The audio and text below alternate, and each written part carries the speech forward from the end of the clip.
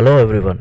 आज आप सुनने वाले हैं एक हॉरर एंथोलॉजी मूवी का नरेशन जिसका नाम है हॉरर नोयर। ये मूवी रिसेंटली ही रिलीज हुई है और इसमें 6 अलग अलग हॉरर स्टोरीज है जिसको 6 अलग अलग ब्लैक डायरेक्टर्स और स्क्रीन राइटर्स ने बनाई है और सारी स्टोरीज भी ब्लैक लोगों के अराउंड ही घूमती है। इस पार्ट में आप लोग सुनने वाले हैं स्टोरीज 1 से लेकर 3 और बाकी की बची स्टोरीज आप सुनने वाले हैं अगले पार्ट में।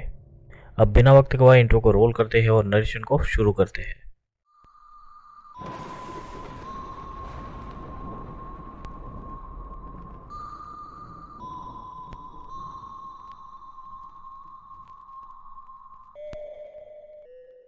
स्टोरी ओपन होती है एक ब्लैक कपल को दिखाते हुए जो बाथ टब में थे। इसी दौरान रेडियो या टीवी पर किसी डिबेट वगैरह में कोई व्यक्ति कह रहा था कि कोई संस्थान ऐसे ही गलत हो सकती है जैसे कोई भी रिलेशन हो सकता है। किसी धर्म और किसी कल्ट के बीच में उतनी ही पतली लकीर होती है जितनी पानी और कीचड़ के बीच में। आदमी का नाम आर्थर था और औरत का नाम कैरोलेट था। कैरोलेट एक रिपोर्टर थी और आर्थर एक प्रोफेसर था। आर्थर कल्ट्स और रिलीजन के ऊपर स्टडी कर रहा था। अगली सुबह आर्थर जल्दी उठता है कहीं पर निकलने को, तो कैरोलेट पूछती है कि इतनी जल्दी कहाँ पर जाना है।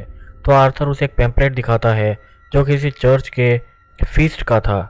इस चर्च का नाम था चर्च ऑफ रिडीमर। असल में आर्थर एक पॉडकास्ट को सुन रहा था किसी पेस्टर पाइक का, मतलब एक पादरी का, जिसकी भाषा और शब्दों के प्रयोग के अनुसार आर्थर को लग रहा था कि ये कोई कल्ट है। कैरोलेट को एक वीडियो कॉल आता है उसके दोस्त जया का, जो बताती है कि कल रात उसको और उसके पति देवेश को किसी ने कार से उड़ाने की कोशिश की पर वो लोग बच गए। वो बताती है कि उस आदमी का चेहरा लाल था। यहाँ पता चलता है कि ऐसे किस्से जहाँ पर लाल चेहरे वाले आदमी कई सारे लोगों पर हमला करता है ये पहले भी हो चुका है शहर में, और इसके ऊपर कैरोलेट इन्वेस्टिगेशन कर रही थी। कैरोलेट ये बात अपने हस्बैंड आर्थर को भी बताती है। आर्थर कैरोलेट को बताता है कि उनके नेबर्स भी किसी कल्ट से जुड़े हुए थे शायद। अब आर्थर चला जाता है और कैरोलेट अपनी इन्वेस्टिगेशन के लिए पुलिस ऑफिसर से बात करती है पर वो कुछ सही जवाब नहीं दे रहा था। बात करते हुए कैरोलेट विंडो पर जाती है तो एक पल के लिए बाहर रोड पर लाल पेंट वाले चेहरे वाले आदमी को खड़ा हुआ देखती है। वो फिर मुड़कर देखती है तो वो वहाँ पर नहीं था। अब हमें एक चर्च दिखाया जाता है जहाँ काफ़ी सारे लोग डांस कर रहे थे। यह वही जगह थी जहाँ पर आर्थर को जाना था और वहाँ पर आर्थर आ जाता है और वहाँ पर बैठ जाता है। वो सारे लोग पाइक का नाम जप रहे थे।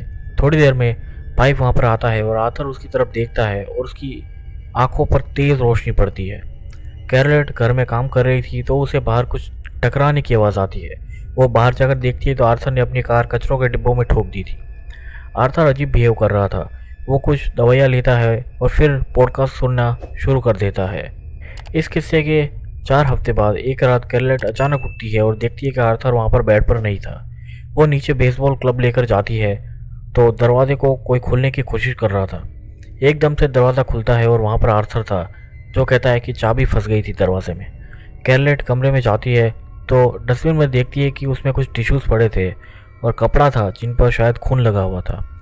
अगली सुबह कैरोलेट काम कर रही थी तो आर्थर आता है और कहता है कि तुम्हें मेरे साथ चर्च आना चाहिए, तुम्हारी आंखें खुल जाएगी। कैरोलेट कहती है कि तुम वहाँ फिर से जाने लगे, तुम तो ऐसे इंसान नहीं थे जो कि इन सब में विश्वास करता हो। खैर आर्थर वहाँ से चला जाता है। कैरोलेट को लगा कि आर्थर नाराज़ हो गया है तो वो जाकर उसका मन रखने के लिए कहती है कि वो साथ चलेगी। कैरोलेट आर्थर को उसी के द्वारा लिखी गई एक book profits and loss origin of cults में कोई भी एक पैराग्राफ पढ़ने को कहती है। आर्थर बुक को लेता है, पढ़ने की कोशिश करता है पर वो पढ़ नहीं पाता। काफ़ी अजीब है ना। कैरोलेट कहती है तुम पढ़ नहीं पा रहे ना, मुझे समझ नहीं आता कि तुमने ये जॉब क्यों छोड़ दी और क्यों इंटरव्यू लेने से मना कर दिया। आर्थर उस पर काफ़ी गुस्सा करता है और फिर वो पाइक के पॉडकास्ट को सुनने लगता है। अब कैरोलेट अपने दोस्त जया के हस्बैंड देवेश से बात करती है और पता चलता है कि दोनों शायद डॉक्टर्स या साइकेट्रिस्ट थे। कैरोलेट देवेश को आर्थर की कंडीशन के बारे में बताती है। बात करते हुए कैरोलेट को घर के बाहर लाल पेंटेड फेस वाली एक औरत दिखती है। वो बाहर जाती है उसे देखने पर वो वहाँ से जा चुकी थी और वो पुलिस को कॉल करती है पर पुलिस कुछ खास मदद नहीं करती। कैरोलेट मायूस बैठी थी। वहाँ पर आर्थर आता है और उसे मनाने की कोशिश करता है चर्च आने के लिए। कैरोलेट कहती है वो पाइक तुम्हारा फ़ायदा उठा रहा है, पर आर्थर इस बारे में कुछ भी सुनना नहीं चाहता था। आर्थर कहता है कि सिर्फ चर्च ही मैं बचा सकता है। कैरोलेट बात को टालती है और आर्थर वहाँ से चला जाता है। अब आर्थर बाहर पॉडकास्ट सुन रहा था और कैरोलेट उसकी डायरी को पढ़ती है जैसे आर्थर पहली बार चर्च गया तब साथ लेकर गया था और उसने उसमें कुछ लिखा था। उसमें लिखा था कि यहाँ का माहौल काफ़ी कल्ट जैसा है, और फिर लिखता है कि वो आदमी पाइक आ गया है और वो मेरी तरफ देख रहा है। उसने और भी कुछ लिखने की कोशिश की थी, पर वो सेंटेंसेस पूरे नहीं किए गए थे। कैरोलेट आर्थर के पास आती है और पूछने की कोशिश करती है कि तुम्हें स्ट्रोक आया था और वो कब हुआ था, क्या वो चर्च वाले दिन ही हुआ था। कैरोलेट आर्थर को डॉक्टर के पास जाने को कहती है, पर आर्थर की हालत देखकर ऐसा लग रहा था जैसे वो अपने होश में ही नहीं है। कैरोलेट कहती है, उन पागल लोगों के बारे में मत सोचो, उनसे तुम्हें दूर रहने की ज़रूरत है। इस बात पर आर्थर बहुत गुस्सा हो जाता है और वो उसे गमला उठाकर मारने वाला था, पर वो रुक जाता है। दरवाजे पर कोई नॉक करता है। कैरोलेट दरवाज़ा खोलती है तो वहाँ पर उनके नेबर्स थे। वो पूछते हैं कि क्या बात है, हमने कुछ आवाज़ें सुनी घर में से। कैरोलेट कहती है उसे फिर से दौरा पड़ा था। तीनों अब अंदर बैठकर बातें कर रहे थे और पड़ोसी बताते हैं कि ये ज़रूर उस चर्च की वजह से हुआ होगा। वो और बताते हैं कि हम भी वहाँ पर जाया करते थे, हम भी पाइक को जानते थे, पर अब वो बदल चुका है। कैरोलेट पूछती है ये सब कुछ कब हुआ, वो कब बदला, जिस पर पड़ोसी कहते हैं कि तकरीबन 1 साल पहले, जब उसका एक्सीडेंट हुआ था। होश में आने के बाद पाइक किसी थर्ड वे की बात करता था। वो कहता था सफ़ेद कपड़े वाले लोग हमारे शरीर को गंदा कर रहे हैं। मुझे भी वो उनमें ही मानता था क्योंकि मैं भी एक फार्मासिस्ट हूँ। अब दोनों नेबर्स वहाँ से चले जाते हैं और पड़ोसी औरत स्टोर जाने लगती है, और पीछे से दिखाया जाता है कि 2 लोग, एक लड़का और एक लड़की जो लाल चेहरे वाले थे, वो उस तरफ बढ़ रहे थे। अब कैरोलेट अपनी दोस्त जया से बात करती है। कैरोलेट कहती है कि मुझे नहीं पता उसे कैसे समझाया जाए। जया सलाह देती है कि ऐसे लोगों को समझने के लिए आपको उनकी दुनिया में जाना पड़ता है, उन जैसा बर्ताव करना पड़ता है, दिखाना पड़ता है कि तुम उन्हें समझते हो। बातों के दौरान आर्थर बाहर जा रहा था चर्च के लिए और कैरोलेट भी उसका पीछा करती है। कैरोलेट चर्च में जाती है और बैठ जाती है। चर्च में पाइक भाषण दे रहा था और वहाँ मौजूद लोग पागलों की तरह उसकी हाँ में हाँ मिला रहे थे। वो भाषण दे रहा था तभी पड़ोस वाली औरत चाकू लेकर उस पर हमला करने आती है, क्योंकि उसके हस्बैंड को मार दिया गया था।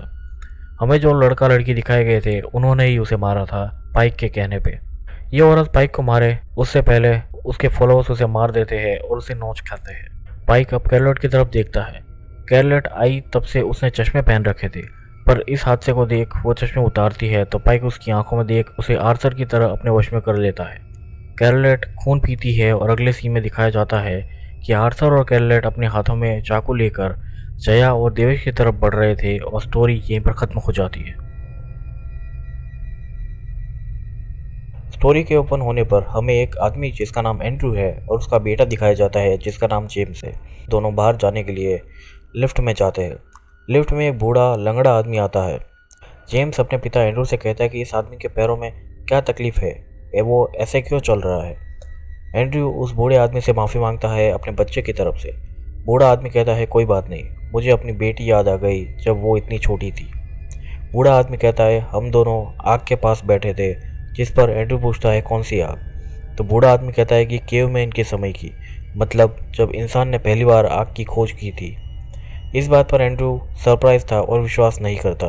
बूढ़ा आदमी कहता है जब मेरी बेटी पैदा हुई मुझे पता था कि मेरी जिम्मेदारी है उसकी रक्षा करना। वैसे ही तुम भी यहाँ पर अपने बच्चे की रक्षा करने के लिए हो। वो कहता है अपनी नज़र एक पल के लिए भी इससे मत हटाना। खैर अब वो लोग बाहर निकलते हैं और एंड्रू को उसकी बातें काफ़ी अजीब लगी थी। एंड्रू और जेम्स बाहर आते हैं जहाँ एंड्रू की वाइफ भी आती है और फिर एंड्रू और जेम्स फ्रूट खरीदने के लिए जाते हैं। एंड्रू फ्रूट ले रहा था तभी वो नोटिस करता है कि जेम्स वहाँ पर नहीं था। वो जेम्स को ढूंढता है तो वो मिल जाता है। जेम्स काफ़ी घबराया हुआ लग रहा था। अब अगले दिन एंड्रूस फिर बाहर जा रहा था और उसी वक्त वो बूढ़ा आदमी भी लिफ्ट में मिलता है। बूढ़ा आदमी अपनी बेटी के बारे में बताता है और कहता है कि वो एक बायोकेमिस्ट बनने वाली है, पर हम लोगों में अब बात नहीं होती। एंड्रू पूछता है कि ऐसा क्यों, तो बूढ़ा आदमी कहता है मुझे नहीं पता। वो कहता है कि तुम भी कुछ साल रहकर देख लो, तुम्हें भी पता चल जाएगा। चीज़ें शुरू तो अच्छी होती है, पर कब कैसे सब कुछ ख़राब हो जाता है पता ही नहीं चलता। अब रात को एंड्रूस और उसकी वाइफ जेम्स को सरप्राइज़ देने वाले थे। एंड्रूस ने उसके बेड को डिज़ाइन किया था स्पेस जैसा। इसे देख जेम्स काफ़ी खुश होता है। एंड्रू और उसकी वाइफ भी उसकी कमरे में सो जाते हैं। रात को जेम्स उठता है, खिड़की की तरफ जाता है और एक धीमी आवाज़ उसे कहती है कि बाहर आओ। अब अगली सुबह एंड्रू की वाइफ अपने बहन के घर जाती है और एंड्रू और जेम्स अकेले थे। रात को एंड्रू जेम्स को सुलाता है और विंडो वगैरह चेक करता है। सोते हुए एंड्रू को सपना आता है कि वो आग के पास जेम्स के साथ बैठा है और दूसरे ही पल सपने में वो अकेला बैठा था, ऐसा दिखाया जाता है। सुबह दिखाया जाता है कि एंड्रू जेम्स के कमरे के बाहर ही सो रहा था। अंदर जेम्स आवाज़ करता है कि बाहर आओ। जेम्स बार बार यही बोल रहा था, तो एंड्रू पूछता है कि तुम ये क्यों बोल रहे हो बार बार। इस पर जेम्स कहता है कि विंडोज़ के बाहर वाला आदमी ये कह रहा था। अब एंड्रू को स्कूल में दिखाया जाता है, मतलब वो एक टीचर था। वो अपने स्टूडेंट्स को एक स्टोरी नरेट करने को कहता है जो उसने उन्हें पढ़ने को कहा था। स्टोरी कुछ ऐसी थी कि वर्ल्ड वॉर 2 के दौरान एक जूइश आदमी यूरोप छोड़कर नई जिंदगी की तलाश में न्यूयॉर्क सिटी आता है। जब वो बोट में था, उसे एक डीमन दिखाई देता है और दोनों में लड़ाई होती है। एंड्रू क्लास को बताता है कि वो कोई डीमन नहीं था, लेकिन वो अपना सेंटेंस पूरा करे उससे पहले ही बेल बजती है और सभी लोग वहाँ से चले जाते हैं। अब रात का समय था। एंड्रू और उसकी वाइफ जेम्स को सुलाते हैं। अब एक सीन दिखाया जाता है सपने वाला, जहाँ एंड्रू बैठा था अकेले आग के सामने और वहाँ पर बूढ़ा आदमी आता है। वो बूढ़ा आदमी सामने की तरफ घूर कर देख रहा था। वहाँ पर वो खुद को ही देखता है जिसके पास जेम्स है। अब अगली सुबह जेम्स को दिखाया जाता है जो कुछ स्केच बना रहा था। एंड्रू भी उठकर आता है जो जेम्स के कमरे में ही सोया था। एंड्रू और उसकी वाइफ बात कर रहे थे तो जेम्स कहता है चुप रहिए। तो उसकी मॉम पूछती है कि ऐसा क्यों कह रहे हो, तो जेम्स कहता है कि वो सुन रहा है। जेम्स की मॉम पूछती है कि कौन सुन रहा है, तो जेम्स कहता है वो आदमी जो खिड़की के बाहर था। एंड्रू पूछता है कि कौन बाहर था। एंड्रू को शक था कि शायद वो बूढ़ा आदमी उसके बेटे को परेशान कर रहा है, उससे दूर करने की कोशिश कर रहा है। एंड्रू उस बूढ़े आदमी को कन्फ्रंट करता है और उससे कहता है कि उसे दूर रहना चाहिए, मैं उसे बचाने के लिए कुछ भी कर सकता हूँ। एंड्रू वहाँ से जाता है और वो बूढ़ा आदमी खुद से कहता है कि मैं इसे चेतावनी दे चुका हूँ। अब रात का समय था और एंड्रू जेम्स के कमरे में खिड़की से आता है और जेम्स को ढूंढता है क्योंकि वो अपने बेड में नहीं था। वो उसे ढूंढ रहा था तो खिड़की से एंड्रू खुद आता है, मतलब एक और एंड्रू। दोनों में लड़ाई होती है और हमें स्कूल का वो सीन दिखाया जाता है जहाँ पर स्टोरी अधूरी थी। एक लड़की एंड्रू से पूछती है कि आपने कहा था कि वो आदमी शैतान से नहीं लड़ रहा था, तो आखिर वो लड़ किससे रहा था। इस पर एंड्रू कहता है कि वो खुद से ही लड़ रहा था। उसे डॉपलगैंगर कहा जाता है। वैसे तो एक जर्मन राइटर ने ये टर्म की शुरुआत की थी, पर यह आइडिया तो काफ़ी पुराना है। डॉपलगैंगर लगभग आप ही के जैसे होते हैं। लड़की पूछती है लगभग से क्या मतलब है, तो एंड्रू कहता है कि वो बाहर से आपके जैसे दिखते हैं पर अंदर से वो बहुत क्रूर और ख़तरनाक होते हैं। ऐसे मामले में दोनों में से कोई एक ही बच सकता है। फिर से दोनों एंड्रूज को लड़ते हुए दिखाया जाता है और फिर सुबह एंड्रू की वाइफ उसे उठाती है। जेम्स रात को उसकी मॉम के कमरे में जाकर सो रहा था, इसी वजह से वो अपने बेड में नहीं था। अब एंड्रू लिफ्ट में जाता है तो वहाँ पर फिर से वो बूढ़ा आदमी था। वो बूढ़ा आदमी एंड्रू को देख रहा था काफ़ी देर तक, तो एंड्रू मुड़कर पूछता है कि मुझे क्यों घूर रहे हो, क्या मैं तुम्हें जानता हूँ। बूढ़ा आदमी कहता है कि मुझे ऐसा लगा, पर शायद मैं गलत हूँ। अब अगले दिन एंड्रू और जेम्स को दिखाया जाता है ब्रेकफास्ट टेबल पर। एंड्रू जेम्स को खेलता देखकर काफ़ी खुश था। एंड्रू जेम्स को अपने पास लाता है और अचानक से उसकी हंसी रुक जाती है और वो सीरियस हो जाता है। जेम्स उसे देखता है और कहता है कि तुम वही खिड़की वाले आदमी हो। एंड्रू कहता है हाँ, पर अब तुम मुझे डैडी कह के बुला सकते हो। वो फिर एक क्रीपी सी स्माइल देता है और स्टोरी यहीं पर ख़त्म हो जाती है। स्टोरी ओपन होती है वेस्ट वर्जीनिया के एक टाउन एवेंटाइड को दिखाते हुए। जंगल में एक आदमी एक बर्ड को पकड़ लेता है और फिर दौड़कर एक गुफा जैसी जगह में जाता है। वहाँ वो उस बर्ड की गर्दन तोड़कर उसे मार देता है। अब एक लड़के और लड़की को दिखाया जाता है जो कि हस्बैंड वाइफ थे। लड़की का नाम शनीता था और लड़के का नाम मार्कस था। ये दोनों टाउन में किसी सारा कार्सन नाम के व्यक्ति के इलेक्शन के कैंपेन के लिए आए हुए थे और सभी के घर जा रहे थे। दोनों को अब एक आखिरी घर जाना था, पर शनीता को लगता था कि वो घर कुछ ठीक नहीं है, पर मार्कस उसे कन्विंस करता है जाने के लिए। मार्कस दरवाजे पर नॉक करता है और एक लड़की जिसका नाम एली था वो दरवाज़ा खोलती है। अंदर से उसकी मॉम कहती है कि मैंने तुम्हें मना किया था दरवाज़ा खोलने के लिए, मैं यहाँ पर सोने की कोशिश कर रही हूँ। एली पूछती है तुम्हें क्या चाहिए, तो दोनों कहते हैं कि हम सारा कार्सन के लिए कैंपेन कर रहे हैं, तो हम लोग ये जानना चाहते हैं कि आपकी मॉम किसे वोट देगी। एली अपनी मॉम से पूछती है तो उसकी मॉम अपमानजनक शब्द का उपयोग करती है जो कि ब्लैक लोगों के लिए उपयोग किया जाता है। शनीता और मार्कस दोनों वहाँ से चले जाते हैं। दोनों एक जगह पहुँचते हैं जहाँ बाकी कैंपेनर्स भी जमा हुए थे। सभी थोड़ी बहुत बातें करते हैं और शनीता को बाथरूम जाना था, तो वो पोस्ट ऑफिस में जाती है जहाँ पर बाथरूम था। बाहर मार्कस और बाकी लोग बात कर रहे थे कि यहाँ पर नेटवर्क इश्यूज है काफ़ी रहते हैं। सभी लोग बातें कर रहे थे, तभी अंदर से शनीता के चिल्लाने की आवाज़ आती है। सभी अंदर जाते हैं। अंदर एक बोर्ड लगा था जिस पर लिखा था कि सिर्फ वाइट लोग अलाउड है सिटी में सूरज ढलने के बाद। इसे देखकर बाकी लोग भी दंग थे क्योंकि ज़माना बदल गया था और यहाँ अभी ये सब कुछ हो रहा था। मार्कस और शनिता बाहर जाते हैं गुस्से में। शनिता मार्कस को टाउन से जाने को कहती है। दोनों पोस्ट ऑफिस से बाहर जाते हैं तो देखते हैं कि उनके कार्स के टायर्स की हवा निकाल दी गई है। अब रात हो चुकी थी। किसी के भी मोबाइल में सिग्नल नहीं आ रहे थे, ना ही उन्हें स्पेयर टायर्स मिल रहे थे। सभी को एक अजीब सी म्यूजिक इंस्ट्रूमेंट की आवाज़ सुनाई देती है, जैसे कि कोई वायलिन बजा रहा हो। दूर धुंध में उनको एक व्यक्ति खड़ा वायलिन बजाते हुए दिखता है। वो पास आता है और बताता है कि वो टाउन का मेयर है। वो कहता है शायद आप लोग कैंपेनर्स होंगे। एक औरत कहती है कि हम काफ़ी घूमे पर कुछ खास लोगों से बात नहीं हो पाई, ज़्यादातर घर यहाँ पर बंद थे। मेयर कहता है हमारा समय थोड़ा अलग है बाकी जगह से। सभी लोग कहते हैं कि उनके कार्स की टायर की हवा निकाल दी है किसी ने। तो मेयर कहता है कि मैं कुछ करता हूँ इस बारे में। मेयर कहता है आप लोग काफ़ी लकी है जो आप मूनलाइट फेस्टिवल के दिन ही यहाँ पर आए हैं। आप लोगों को काफ़ी मज़ा आएगा। मेयर सभी को साथ आने को कहता है। वो वायलिन बजाते हुए चलता है और सभी उसके पीछे आते हैं, सिवाय मार्कस और शनिता के। शनिता को कुछ भी ठीक नहीं लग रहा था। मार्कस समझाता है कि वो हमारी मदद कर सकता है टायर्स को लेकर। सभी अब एक हॉल में आते हैं जहाँ टाउन के लोग जमा थे। मार्कस मेयर को पूछता है हमें आपत्तिजनक साइन बोर्ड देखा था पोस्ट ऑफिस के अंदर जिसके अनुसार ब्लैक लोग टाउन में नहीं रह सकते सूरज ढलने के बाद। मेयर सैमी नाम के एक आदमी को बुलाता है जो ब्लैक था। देखने में ये आदमी शायद वही था जिसे हमने स्टोरी की शुरुआत में दौड़ते हुए दिखाया गया था। मेयर उससे पूछता है कि वो साइन बोर्ड तुमने निकाला या नहीं। तो सैमी कहता है कि वो अभी जाके निकाल देगा, वो शायद भूल गया था निकालना। मेयर कहता है कि ऐसे साइंस टाउन में काफ़ी जगह लगे हुए थे पर ये पुराने समय की बात है और जब हम लोग यहाँ पर आए हमने ख्याल रखा कि वो साइंस निकाल दिए जाए। मेयर बताता है कि हम जिस तरह यहाँ पर रहते हैं उस कारण से कुछ शैतान लोग दिन में ऐसी हरकतें करते हैं। मेयर बताता है कि ये टाउन असल में एक माइनिंग टाउन हुआ करता था सालों पहले। फिर मैंने इसे फिर से रिबिल्ड किया उन लोगों को पनाह देने के लिए जो दुनिया की भाग दौड़ से दूर रहकर नया जीवन शुरू करना चाहते हैं। हम लोग रात को ही काम करते हैं और हमें खुशी होगी अगर आप लोग भी एवेंटाइड का हिस्सा बन सके। शनिता सीधे ही मना कर देती है पर मार्कस बात को संभालते हुए मेयर से कहता है कि हमें शिकागो जाना होगा वापस अभी के अभी। मेयर कहता है कि पहले डिनर कर लीजिए फिर चले जाना। शनिता मार्कस से इंसिस्ट करती है कि हमें यहाँ से जाना चाहिए अभी, पर मार्कस उसे समझाकर रोक लेता है। अब डिनर सर्व होता है और डिनर में पोर्क यानी कि पिग बनाया गया था। मेयर की जगह उसे काटने को कहता है जिस पर कैंपेनर में से एक लड़की मान जाती है और चाकू लेती है। गलती से चाकू से उसी की उंगली कट जाती है और खून बहने लगता है। सभी टाउन वाले उसे अजीब तरीके से देख रहे थे। अचानक से सामने बैठी एली दौड़कर उस पर हमला करती है और उसे काट खाती है। सभी कैंपेनर्स इसे देखकर दंग रह जाते हैं। पता चलता है कि टाउन के सारे लोग वैम्पायर्स थे। खैर ये बात तो हमें पहले ही समझ में आ गई थी क्योंकि ये लोग सिर्फ रात में काम करते हैं। सभी लोग अपनी जान बचाकर भागने लगते हैं।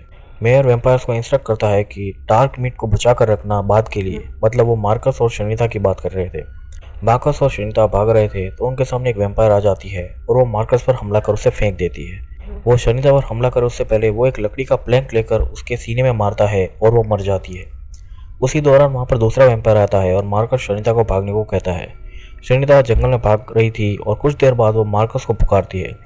उसी दौरान उसे कोई पकड़ कर ले जाता है। वहाँ से पता चलता है कि सैमी उसे लेकर कहीं दूर आया था। सैमी शनिता को शांत करता है। शनिता कहती है कि वो लोग वैम्पायर से। सैमी कहता है कि मुझे पता है और उन्होंने तुम्हारे हस्बैंड को अभी तक नहीं मारा होगा। शनिता पूछती है ऐसा क्यों, जिस पर सैमी कहता है कि वो उसे हाई मून के समय मारेंगे। ब्लैक लोग इन वैम्पायर्स के लिए थैंक्स गिविंग के टर्की के जैसे होते हैं। उन लोगों को डार्क मीट बहुत ज़्यादा पसंद है। शनिता पूछती है अगर ऐसा ही है तो उन्होंने तुम्हें क्यों नहीं खाया, तुम भी तो ब्लैक हो। सैमी पीछे मुड़ता है और फिर वापस उसकी तरफ मुड़ता है तो वो भी एक वैम्पायर ही था। शनिता डर जाती है पर सैमी उसे शांत रहने को कहता है। वो फिर से अपने इंसानी रूप में आता है और कहता है कि मैं इंसानों को नहीं खाता, मैं सिर्फ बर्ड्स और स्क्विरल को खाता हूँ। सैमी बताता है कि जब ये वैम्पायर्स इस टाउन में आए मुझे लगा कि ये कोई कल्ट होगा, पर फिर एक ने मुझे काट लिया और मैं इतनी जल्दी से वैम्पायर बन गया कि उनके पास समय भी नहीं था मुझे खाने का। सैमी पूछता है क्या तुम लोगों ने मेरा लगाया साइन बोर्ड नहीं देखा था ऑफिस में? इन लोगों ने वो साइंस हटा दिए थे रीबिल्डिंग के नाम पर मैंने उन्हें फिर से लगाया था। शनिता पूछती है तुम यहाँ से भागे क्यों नहीं, जिस पर वो कहता है कि मैंने कोशिश की पर एरेबस यानी कि वो मेयर उसे हर बार पकड़ लेता था। इसका मतलब यह था कि सैमी एक स्लेव था। सैमी कहता है एक बार वो सभी को मार देंगे फिर वो हमारे लिए भी आएंगे। मैं दिन में बाहर नहीं निकल सकता पर तुम तो भाग ही सकती हो। शनिता मार्कस को बचाना चाहती थी और वो सैमी को साथ चलने को कहती है। शनिता को एक घर के अंदर से काफ़ी सारी गन्स मिलती है पर सैमी बताता है कि इसका हम पर कोई असर नहीं होता, सिर्फ थोड़ी देर के लिए तुम रोक सकते हो। सैमी और शनिता आगे बढ़ते हैं। सैमी वैम्पायर्स को डिस्ट्रैक्ट कर रहा था और शनिता उन्हें मार रही थी। हालांकि शनिता पकड़ी जाती है और उसे एरेबस के पास ले जाया जाता है। एरेबस उन्हें मारे उससे पहले सैमी वहां पर कार लेकर आता है और एरेबस और उसके बीच में लड़ाई होती है और इसी का फ़ायदा उठाते हुए शनिता दूसरे वैम्पायर्स को मारने लगती है। सैमी मारा जाता है और एरेबस फिर उन्हें मारने को आता है।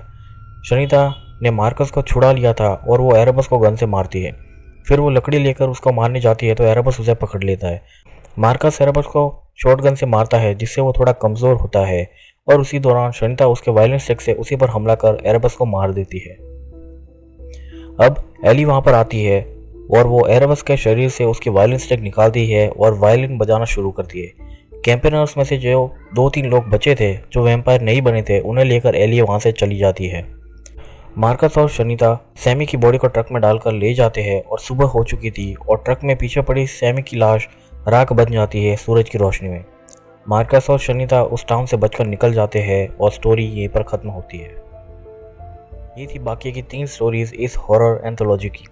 आप लोग कमेंट्स में बताइए ये स्टोरीज़ आपको कैसी लगी और आपकी फेवरेट कौन सी रही ये भी ज़रूर बताइएगा।